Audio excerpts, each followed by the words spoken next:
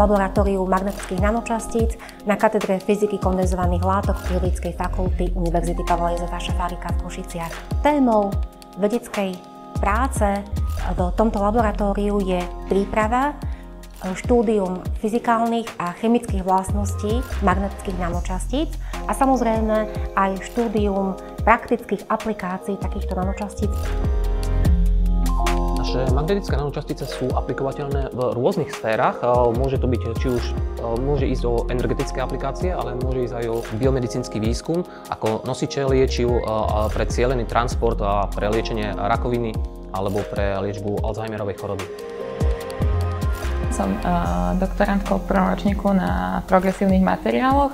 Študovala som všeobecnú fyziku na bakalárskom stupni, na magisterskom stupni som bola na fyzike kondenzovaných látok. Teraz vlastne na doktorantskom štúdiu sa zaoberám syntézou magnetických nanočastíc a ich aplikáciou v biomedicíne.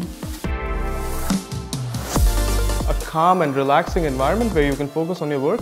On top of that, there are a lot of skilled colleagues which are available and they're always helpful. V rámci didaktiky fyziky pripravujeme budúcich učiteľov fyziky, aby boli pochystaní pre prax. Zameriavame sa na inovatívne metódy a formy, pričom ich vlastne prevádzame cez rôzne demonštračné experimenty, kde si môžu vyskúšať, ako budú učiť, aké experimenty budú vykonávať.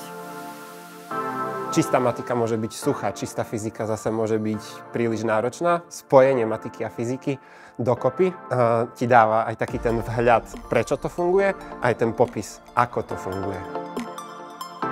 Mne sa tu najviac páčia fyzikálne pokusy, či je to zaznamenávanie sily, tepla, práca, energia a rôzne senzory, pomocou ktorých to zaznamenávame. Ten môj medziodbor fyzika a informatika sa študuje iba tu v Košiciach, nie nikde inde na Slovensku. A zároveň sa mi Košice vždy páčili, takže som sa takto mohol dostať sem.